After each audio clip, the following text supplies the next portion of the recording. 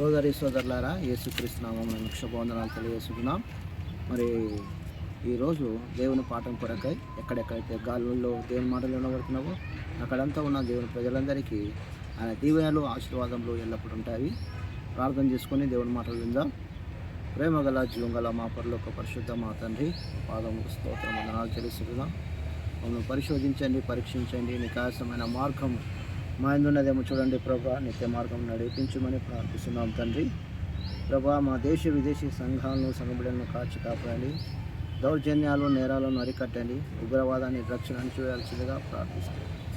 నేను ధనికులను వాక్యం చేత సంధించండి. నేను ఈ విధంగా తండ్రి, నేను సమస్యలు మావి లోక సంబంధమైనది, పరిష్కారం మీది పరలోక సంబంధం. నీ రాజ్యము నీ చిత్తము పరలోకమంది ఎలాగో భూమి మీద నెరవేరినట్టు సహాయం చేయమని యేసునామమున ప్రార్థిస్తున్నాం తండ్రి, ఆమేన్. దేవుని యొక్క పరిశుద్ధ లేఖనంలో నుంచి ఈరోజు మనము ఆదికాండం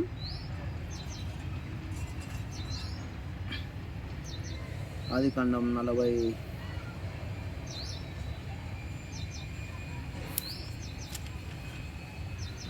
అధ్యాయము 47వ వచనం నుంచి చదువుకోబోతున్నాం. సమృద్ధి గల పట్టణంలో నుండి 7 సంవత్సరములు భూమి బహుగా విస్తరింపగా పడెను. ఈజిప్టు దేశమందున్న 7 సంవత్సరములు ఆహారం అంతయు అతడు సమకూర్చి ఆయన పట్టణంలో దాన్ని నిల్వ చేశాను. ఏ పట్టణములు చుట్టూ పొలము యొక్క ధాన్యము ఆ చుట్టూ ముందే నిల్వ చేశాను. ఏసేపు సముద్రం ఇసుకోవలే అతి విస్తారముగా ధాన్యమును పోగు చేశాను. కొలుటకు అసాధ్యమయ్యను గనుక కొలుచడం మానివేసిరి.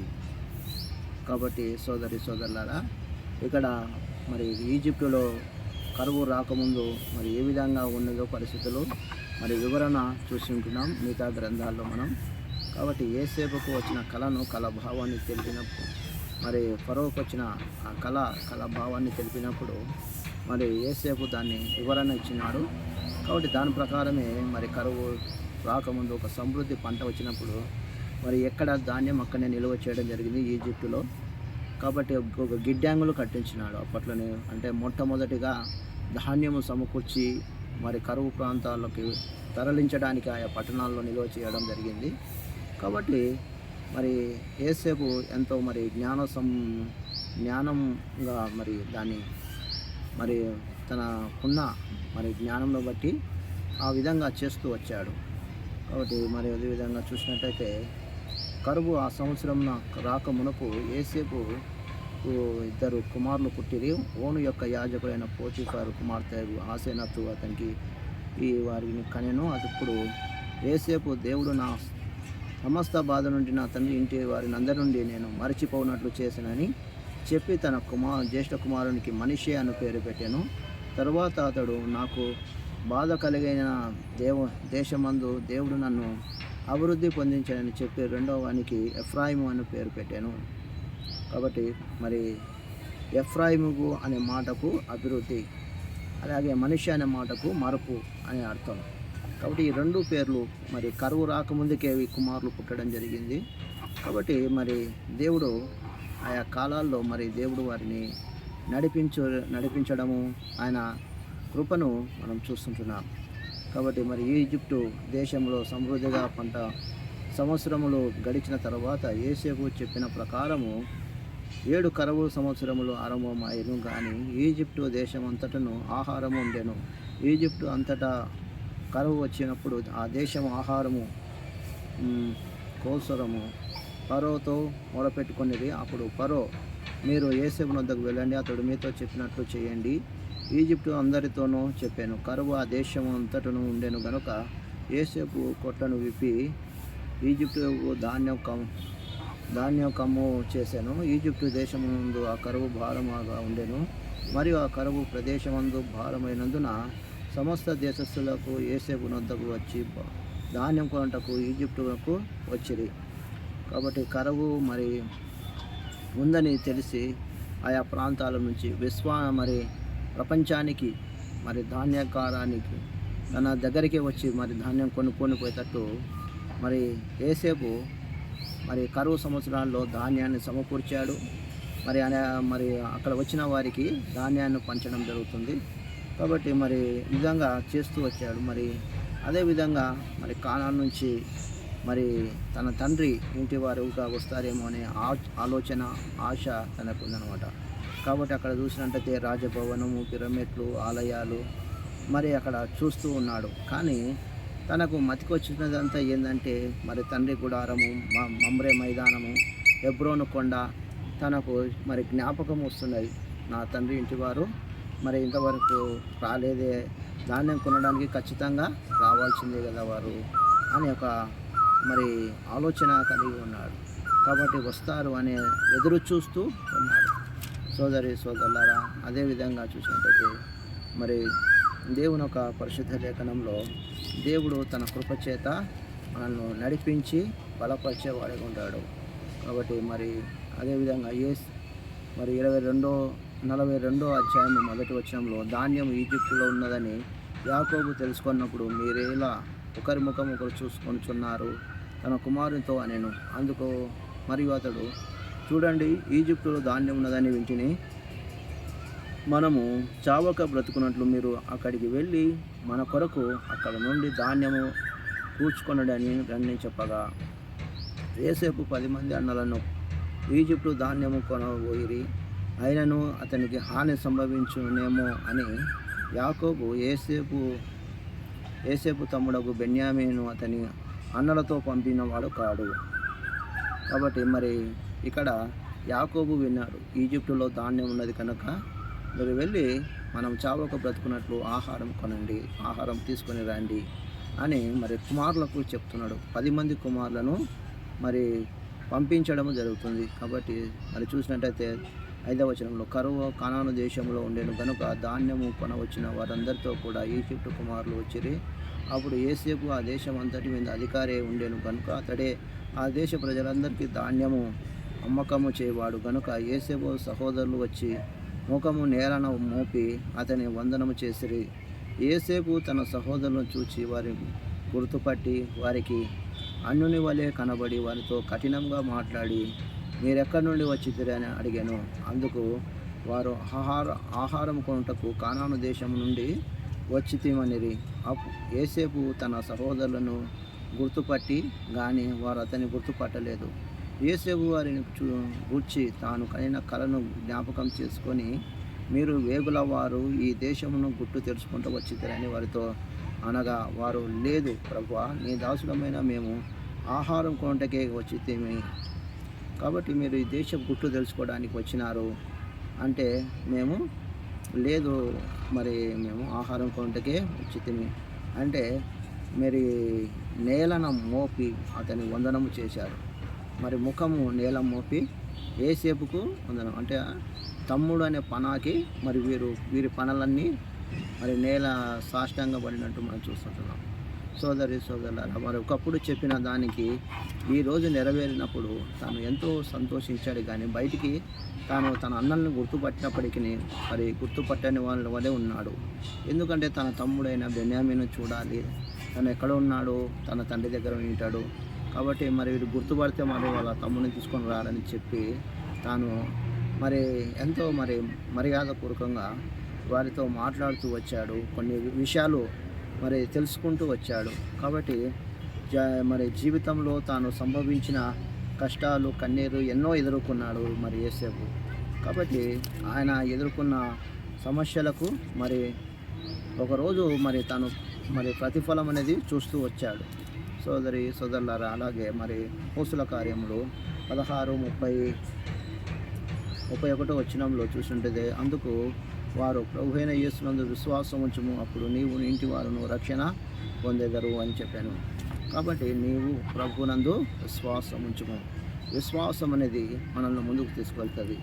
కాబట్టి ఆయన విశ్వాసము చేత మరి ముందుకు నడిపించేవాడిగా ఉంటాడు. కాబట్టి ఇలా చూసినట్టయితే మరి యోసేపు మరి తను మరి విధంగా తను మరి తన సేవలో, తన పరిచర్యలో మరి ముందుకు వెళుతూ వచ్చాడు, కానీ వెనక్కు తిరిగి చూడలేదు. కాబట్టి మరి అదేవిధంగా చూసినట్టయితే ఆయన చేసిన దేవుడు సమృద్ధి అయిన పంటను వారికి ఇచ్చాడు. సమృద్ధిగా వారు పంటను కోయడం జరిగింది. మరి అదేవిధంగా చూసిన ఓని యొక్క యాజకుడైన పోతీఫరు కుమార్తెను ఆసెనతును ఇచ్చి పెళ్లి చేసెను. యోసేపు బయలుదేరి ఈజిప్టు దేశం అంతటను సంచరించి యోసేపు ఈజిప్టు రాజైన ఫరో ఎదుట నిలిచి 30 సంవత్సరం గలవాడై ఉండెను. కాబట్టి మరి 30 సంవత్సరాల ఈడు గలవాడే ఉండి మరి పరిపాలన సాగించాడు. అక్కడ ఒక అధికారిగా, ఒక రాజాధికారిగా తాను ఉంటూ మరి ప్రపంచానికి ఒక ధాన్యగారునిగా తాను మరి అన్నదాతగా మరి ఉండడం జరిగింది. కాబట్టి మనం అంటాం కదా, మరి ప్రభువు కూడా ఒక అన్నదాతగా మనం చూస్తుంటున్నాం. కాబట్టి నేను నిజమైన ద్రాక్షవల్లిని, మరి గొర్రెలు అనే దేవుడు అనేక రకాలుగా మరి ఈ లోకంలో ఉన్నప్పుడు 5 రొట్టెలు 2 చేపలు 5,000 మందికి పంచడం జరిగింది. కాబట్టి సోదరులారా, ముందు గుర్తుగా మరి యేసు ప్రభువుకు ముందు గుర్తుగా మరి అనేక కార్యక్రమాలు చేస్తూ వచ్చాడు. మరి దీంట్లో నుంచి ఒక కరువు ప్రాంతం నుంచి ఏ విధంగా ప్రజలను బయటకు తీసుకురావాలనే ఒక ఆలోచనతోటి ప్రభువుకు మొరపెట్టడం జరిగింది. తనకు దేవుడు సహాయం చేయడం జరిగింది. కాబట్టి మన గుడిక దేవుడు సహాయం చేసేవాడిగా ఉంటాడు. అలాగే మేమందరము ఒక్క మనుషుని కుమారులము, మేము యథార్థవంతులమే కానీ నీ దాసులమైన మేము వేగుల వారం కామని అతనితో చెప్పిరి. 11వ వచనంలో, అయితే అతడు లేదు, ఈ దేశమును గుట్టు తెలుసుకొనుటకై వచ్చితిరని వారితో చెప్పాను. అందుకు వారు, నీ దాసులమైన మేము 12 మంది సహోదరులము కానాను దేశంలో ఒక మనుషుని కుమారులము. ఇదిగో కనిష్ఠుడు నేడు మా తండ్రి యొద్ద ఉన్నాడు, ఒకడు లేడు అని ఉత్తరమిచ్చిరి. అయితే యోసేపు, మీరు వేగుల వారే అని నేను మీతో చెప్పిన మాట నిజమే. దీనివలన మీరు నిజమైన తెలియబడను. ఫరో జీవముతోడు మీ తమ్ముడు ఇక్కడికి వస్తేనే కానీ మీరు ఇక్కడి నుండి వెళ్ళకూడదని, మీ తమ్ముని తీసుకొని వచ్చుటకు మీలో ఒకరిని పంపుడని. అయితే మీరు బంధింపబడి ఉందురు. అట్లు మీ సత్యము ఉందో లేదో మీ బట్టలు శోధింపబడును. లేని ఎడల ఫరో జీవంతోడు మీరు వేగుల వారని చెప్పాను. వారిని 3 దినములు చెరసాల్లో వేయించాను. మరి 3వ దినమున యోసేపు వారిని చూచి, నేను దేవునికి భయపడవాడను, మీరు బ్రతుకున్నట్లు దీన్ని చెయ్యండి. మీరు యథార్థవంతులై మీ సహోదరుల్లో ఒకడు ఈ చెరసాల్లో బంధింపబడవలను. మీరు వెళ్ళి మీ కుటుంబం కరువు తీరుటకు ధాన్యము తీసుకొని పోండి. మీ తమ్ముడు నా ఎద్దకు తీసుకొని రండి. అట్లు మీ మాట సత్యమో కనబడును గనుక మీరు చావక ఉందురని చెప్పాను. వారు అట్లు చేసిరి. అప్పుడు వారు, నిశ్చయముగా మన సహోదరుని ఎడల మనం చేసిన అపరాధమును శిక్షను పొందుతున్నాము. అతడు మనల్ని బతిమాలుకున్నప్పుడు మనము అతని వేదనను చూచి వినకపోతే, అందువలన ఈ వేదన మనకు సంభవించని ఒకరితో ఒకరు మాట్లాడుకుంటున్నారు. కాబట్టి సోదరులారా, మరి తమ్ముడు బెన్యామీను ఎట్లా ఉన్నాడో తమ్ముడిని చూడాలనే ఆశతోటి తాను మరి నిశ్చయముగా మీ తమ్ముడు ఇక్కడికి వస్తేనే తప్ప అని వారి 3 రోజులు చెరసాల్లో పెట్టడం జరిగింది. మరి మీరు వెళ్ళి మీ కుటుంబం కొరకు ఆహారం అయితే తీసుకొని వెళ్ళండి. కొంతమంది తిరిగి మరి రూబేను, ఈ చిన్నవాడు ఎడల మేము పాపం చేయకున్నట్టు నేను మీతో చెప్పలేదా?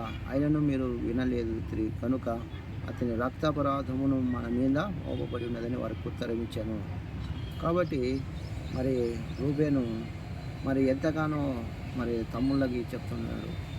ఎంత చెప్పినా మీరు వినకపోతే ఆ రోజు. సోదరులారా, అదేవిధంగా దేవుని యొక్క సందేశాన్ని, దేవుని యొక్క మాటలను మనం ఎల్లప్పుడూ మరి మతి చేసుకుంటూ జీవితాల్లో ముందుకు వెళ్ళాలి. కష్టాలు, కన్నీటి, బాధల్లో దేవుడు మనకు సదాకాలము తోడుగా ఉండేవాడు, న్యాయం చేసేవాడు, సత్యమందు మనల్ని నిలబెట్టేవాడు.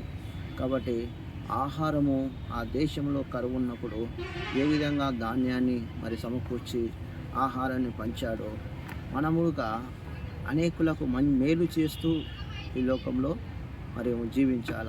ప్రభువుడిక కుష్ఠరోగులకు మరి ముట్టి స్వస్థపరిచాడు.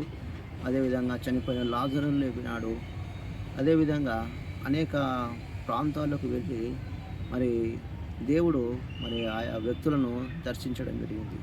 మరి ఈ లోకంలో ఉన్నప్పుడు తాను ఎన్నో గొప్ప కార్యాలు చేసినప్పటికీ శిలువ కార్యం ద్వారానే మనకి విమోచన, విడుదల, అపరాధం నుంచి మనకు క్షమాపణ జరిగింది. కాబట్టి ఉస్కేలియే మరి ఇక్కడ చూసినట్లయితే మరి ఒక కవిత్వం ఈ విధంగా ఉంది. ఒక వ్యక్తి ఈ విధంగా అన్నాడు, మనము ఎల్లప్పుడూ ఈ లోకానికి మనము తిని తాగుది ఎంజాయ్ చేస్తే ఒకరోజు నరకం అనేది ఉంది. దాని నుంచి తప్పించుకోవడానికి దేవుడు మనకు సహాయం చేసినప్పుడు దాన్ని మనం పొందకపోతే మనంత దరిద్రుడు లేడు. కాబట్టి అటువంటి దరిద్రత నుంచి, అటువంటి పాపం నుంచి దేవుడు మనల్ని విడిపించేవాడు. కాబట్టి సోదరి సోదరులారా, దేవుని మాటలు నమ్మి చెడిపోయిన లేడు, నమ్మక ప్రజలు చెడిపోతున్నారు. దేవుడు ఈ వాక్యంను మన హృదయాల్లో ముద్రించుగాక. ప్రార్థన చేసుకుందాం. ప్రేమగల జీవంగల తండ్రి, సత్యమందు నువ్వు ప్రతిష్ఠించే దేవ, సత్యమందు నువ్వు నడిపించే దేవ, నీకు స్తోత్రము వందనాలు చేస్తున్న పరిచర్య అంతట్లో తోడుగొనండి. నువ్వు బలపరచండి, దీవించండి, కాపాడండి. నీకే మహిమ ఘనత ప్రభువులు అర్పిస్తాం. యేసునామమున ప్రార్థిస్తున్నాం తండ్రి, ఆమేన్.